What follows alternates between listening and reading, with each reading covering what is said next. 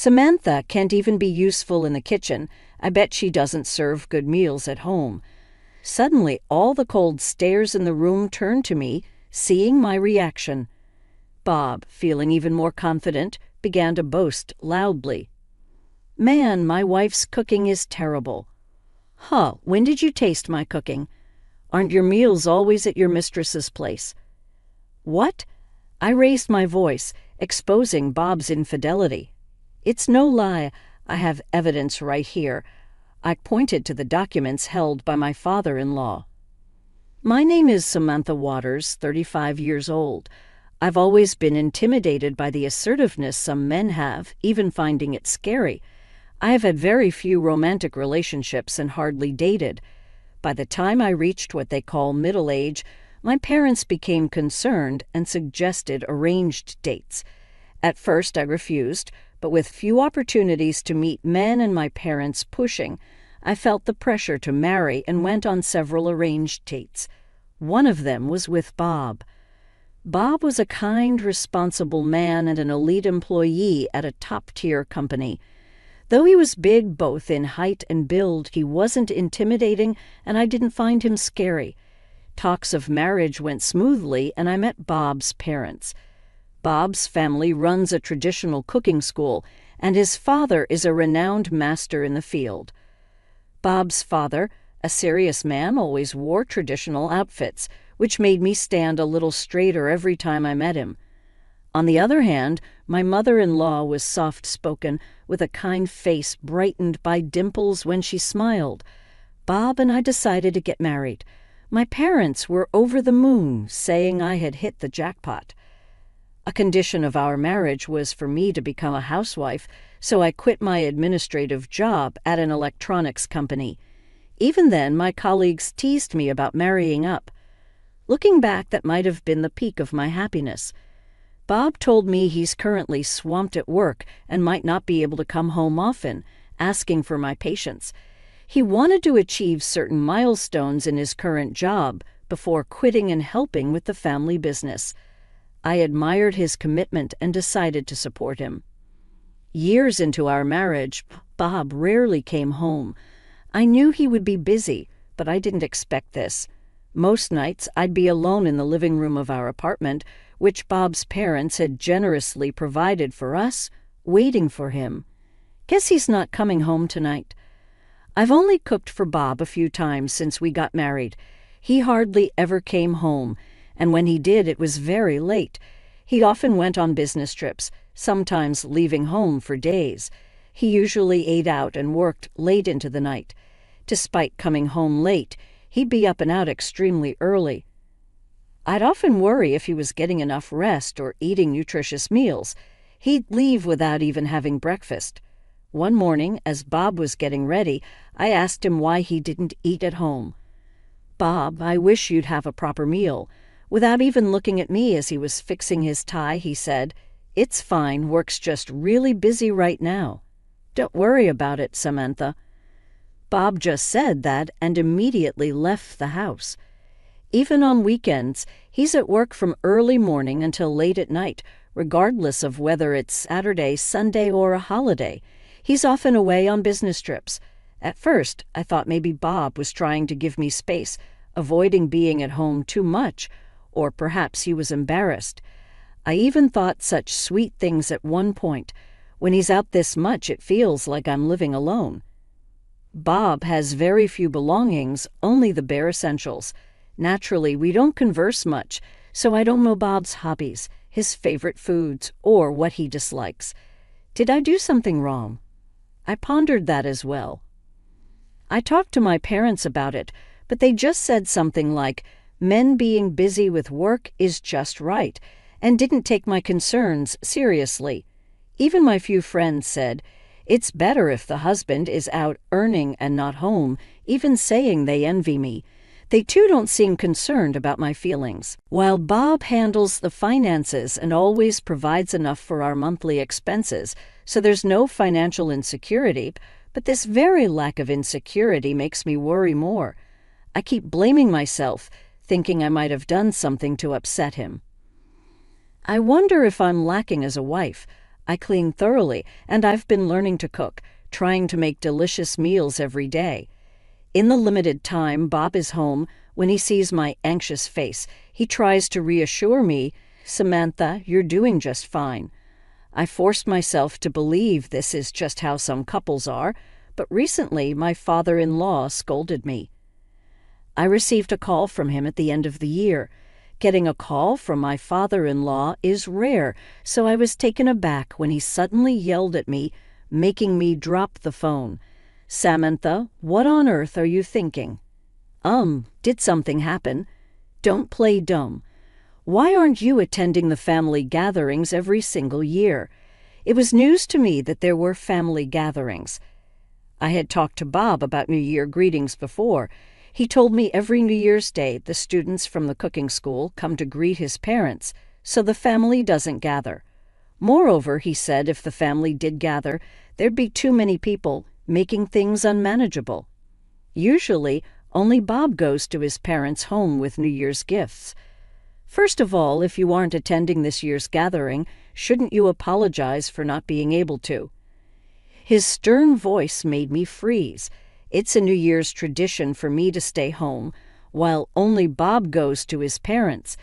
I've been very careful with the New Year's gifts and greeting cards, trying to be as courteous as possible.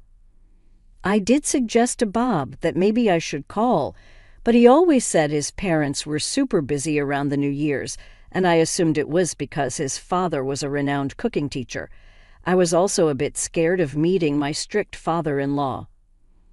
According to him, the family gathers on January 1st for a New Year's party, and the students start visiting from January 2nd.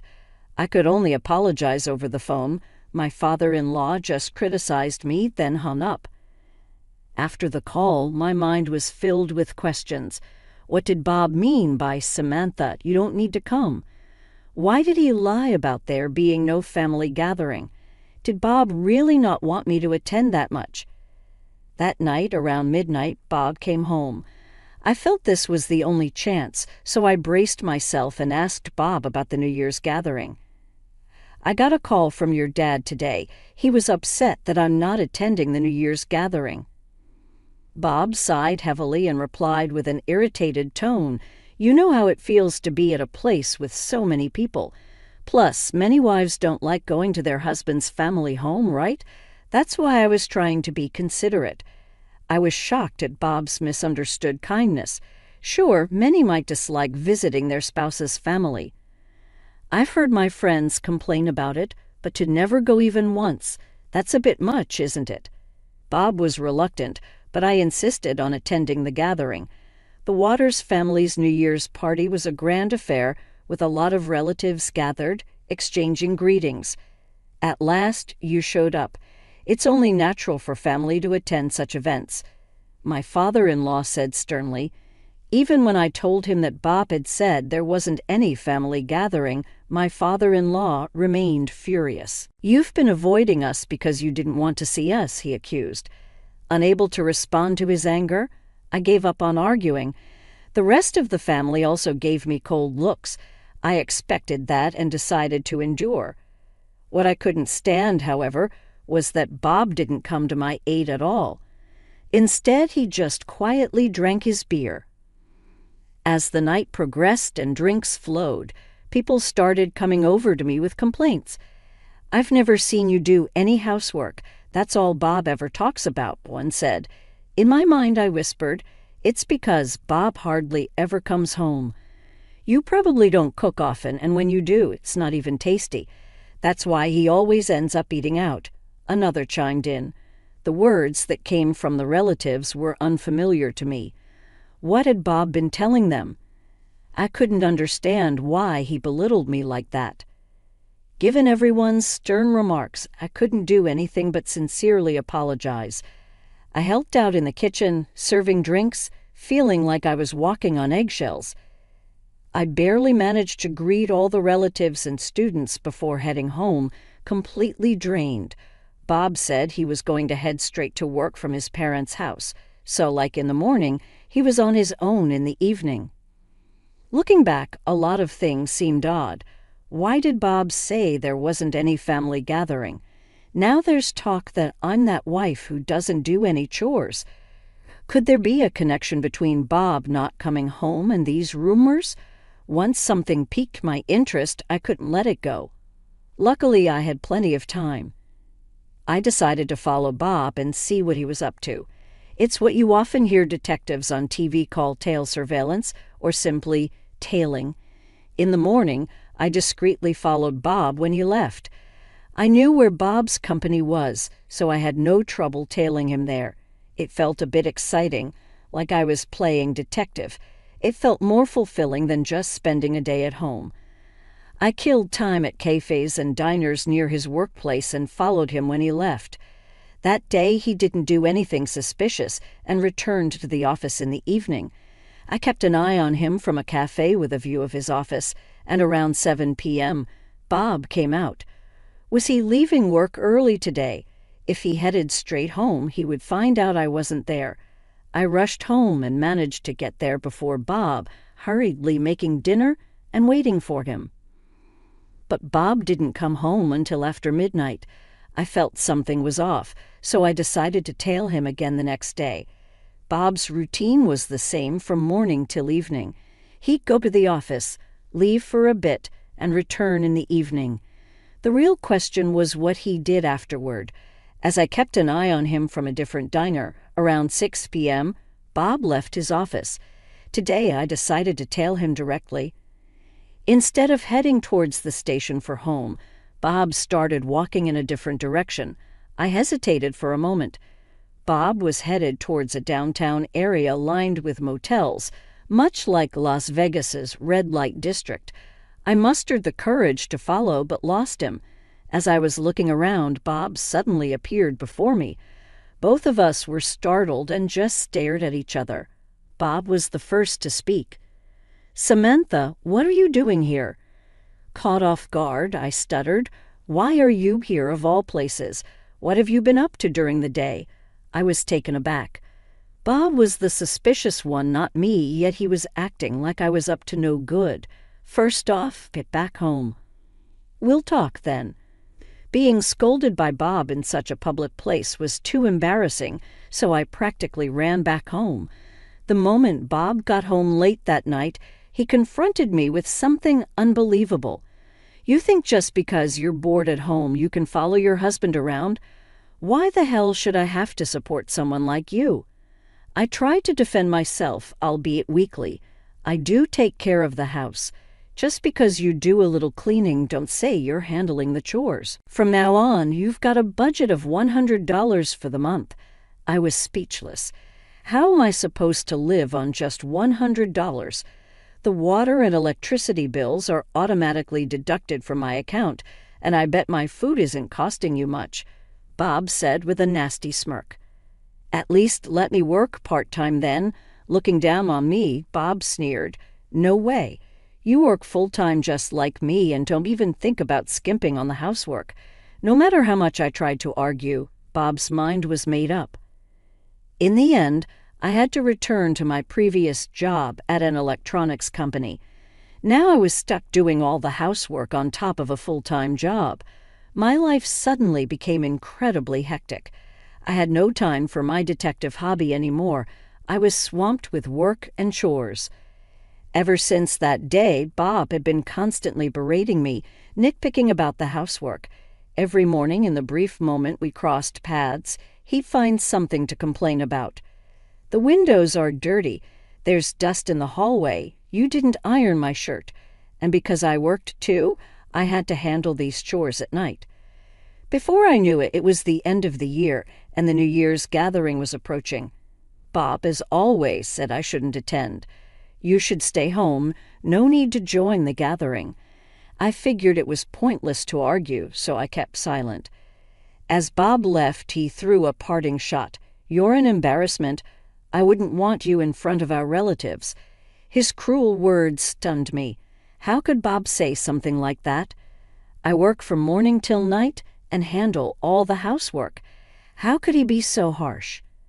Regardless, I decided to attend the New Year's gathering without telling Bob. I had to let my in-laws, Mr. and Mrs. Waters, see the real Bob. Tightly gripping the thick envelope I had just received, I headed to the Waters house for the New Year's gathering. I took a deep breath and opened the door. At the New Year's gathering, when I suddenly showed up, Bob looked shocked. But probably because he didn't want to make a scene in front of everyone, he just glared at me without saying a word. His relatives' gazes toward me were as cold as ever. They were all whispering, condemning me. I'm sure they've all just been fooled by my husband. I didn't let it bother me. Enduring their cold stares, I was in the kitchen preparing the food and drinks. After a while, maybe because the alcohol started to hit him, Bob began to loudly criticize me. Samantha can't even be useful in the kitchen. She doesn't even serve decent food at home. Everyone's icy stares turned to me all at once. Seeing that, Bob became even more arrogant, shouting out loud, "Man, my wife's cooking sucks." I caught the stern look of my father-in-law. "What the hell is going on here? What have you been doing, Samantha? Maybe you're not suitable to be Bob's wife." With my father-in-law raising his voice, everyone's attention was on me. The moment everyone thought I was going to get a lecture, I stood up to Bob and began to counter-argue. "Excuse me, have you ever tasted my cooking? Aren't you always at your mistress' place?" Caught off guard, my father-in-law's mouth was agape. "What the heck are you talking about?" While everyone was in shock, only Bob tried to desperately make excuses. "Come on, Samantha.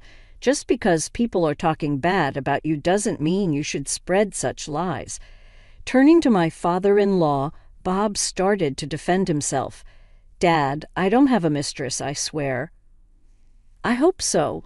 My father-in-law seemed to want to believe Bob. He nodded in agreement to Bob's words over mine.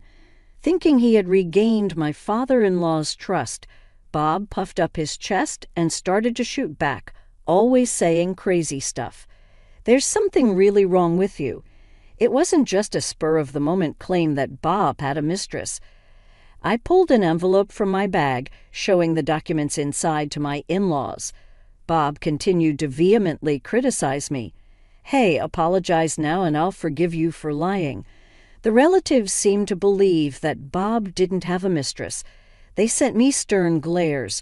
My father-in-law and mother-in-law were seriously reading the documents. The documents I provided were the result of an investigation into Bob's infidelity. It was clear that Bob's behavior was suspicious, so I had hired a private investigator to dig deeper. The results from the investigator were clear. Bob was caught red-handed. The reason Bob wasn't coming home was that he was with his mistress. He mostly spent his time at her apartment, and sometimes they would even check into motels. Bob was always eating at his mistress' place. The time I ran into Bob in a motel district, he was about to meet his mistress there. I loudly exposed Bob's infidelity. "It's not a lie, the evidence is right here." I pointed to the documents my father-in-law was holding. "The apartment you see Bob entering is not our apartment." Murmurs arose from the relatives. "Hey, Bob, is this true? What's going on? Is this some kind of fabrication?" My father-in-law and mother-in-law were engrossed in the photos. "Bob, is this true?" Sweating, Bob tried his best to deny it. "No, that's not true. I don't have a mistress." What my father-in-law and mother-in-law were fixated on were the photos of Bob holding hands with an unknown woman entering an unfamiliar apartment, pictures of them picking out jewelry together in a store, snaps of them drinking wine in a fancy restaurant, pictures of them shopping for groceries. In all of them, Bob's carefree smile was captured. I relentlessly confronted Bob. "You mentioned you've been busy with overtime every day, right?" Bob's face turned red and he fell silent. "Why did you lie about not wanting to see the family or that the food isn't good?" Bob seemed to be playing dumb even now. Everyone went quiet as Bob and I argued. Then a loud voice from my mother-in-law filled the room. "Bob, what on earth are you doing?" Bob was taken aback by her sudden outburst. "No, that's not it." My mother-in-law, usually a gentle soul, now had a stern, almost menacing look in her eyes. Even though she wasn't yelling at me, I was still scared. "What do you mean? Are you saying all of this is made up?" She spoke in a calm voice now, but it was even more chilling. The other family members remained silent, overwhelmed by her presence. "So the story about Samantha was a lie. Explain yourself." Relatives whispered among themselves. "I've never seen her so mad. She's always smiling, but she's the scariest when she's angry." Seemingly resigned, Bob sat down in a traditional manner and began to explain in a soft voice. "I knew that woman before we got married. We met at a club in Las Vegas. The room buzzed with whispers. Both my father-in-law and mother-in-law looked at Bob sternly. With wet spots appearing on the floor, it seemed like Bob might be crying. So I thought of marrying any suitable woman and then live with her. That suitable woman is me, huh? I'm sorry. You said you weren't interested in marriage. I thought if I just provided money, everything would work out. A question popped into my mind. Then why did you badmouth me to my in-laws? Had it not been for those rumors, I wouldn't have been so suspicious. I wanted her to be my real wife. I despised living with Samantha, whom I didn't even love, so I wanted to divorce you somehow." Do you realize how selfish you sound? Bob seemed to shrink even further. I'm sorry. I've always been told I wouldn't be a real man unless I got married, so I thought I had to get married at any cost. I believe that once I was divorced, no one would bother me about remarrying.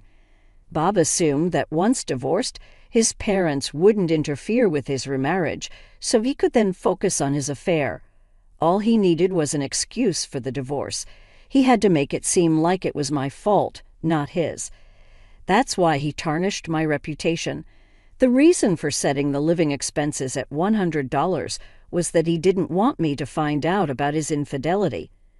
He figured if he only gave me $100, I wouldn't be able to investigate, and if I worked full-time, I probably wouldn't have the time to look into it. It seems he never thought of using a private investigator. Such recklessness led to his downfall, and now Bob had to apologize in front of the family. You knew an affair was the one thing you shouldn't have done, right? You even betrayed Samantha, who has done so much for you. Veins were bulging on his mother-in-law's forehead. Her anger seemed endless. Bob was shedding tears and snot. "Bob, you're the disgrace of this family. We're cutting ties with you." Everyone in the family was shocked. Probably what his mother-in-law says is the final word in this household. His father-in-law nodded in agreement. Bob no longer had a place in this house. In front of all the relatives, Bob's affair and lies were exposed. His own mother told him they were cutting ties. Dizzy and crying, Bob silently left the room. After Bob left, his mother-in-law came to me, holding my hand and apologizing. "Samantha, I'm so sorry for what Bob did. You can divorce him if you want. We won't blame you." With tears in her eyes, his mother-in-law continued holding my hand. "We were so deceived by Bob. We're so sorry for shouting at you for no reason, Samantha." I always thought his father-in-law was a silent and stubborn man, but he was quick to admit his mistakes and apologize. He's a good person, and I realize this family runs smoothly thanks to his mother-in-law. They're such good parents. I wonder why Bob became so deceitful and disrespectful. I reconciled with my in-laws, and shortly after, my divorce with Bob was finalized. The divorce went just as Bob wanted. After being disowned by his family due to the affair, it seems Bob lost his backing from a prominent family. I heard he's been demoted at work and is now in a less significant position. His income decreased significantly, and his mistress got tired of him and left. I got this info from Bob's mother-in-law. From the Waters family, I received more than twice the usual amount. I assume part of it was hush money. Now that I have some extra money, I'm indulging in luxury trips abroad a few times a year. The apartment they prepared for me and Bob is mine to use as long as I want. Bob was hardly ever there, so I'm living freely without any memories of him. The only good thing Bob ever did was encouraging me to return to work. Thanks to that, I have a stable income now, and it seems I won't face any financial difficulties. I occasionally keep in touch with my ex-father-in-law and the rest. They invite me to their New Year's gatherings, but I decline.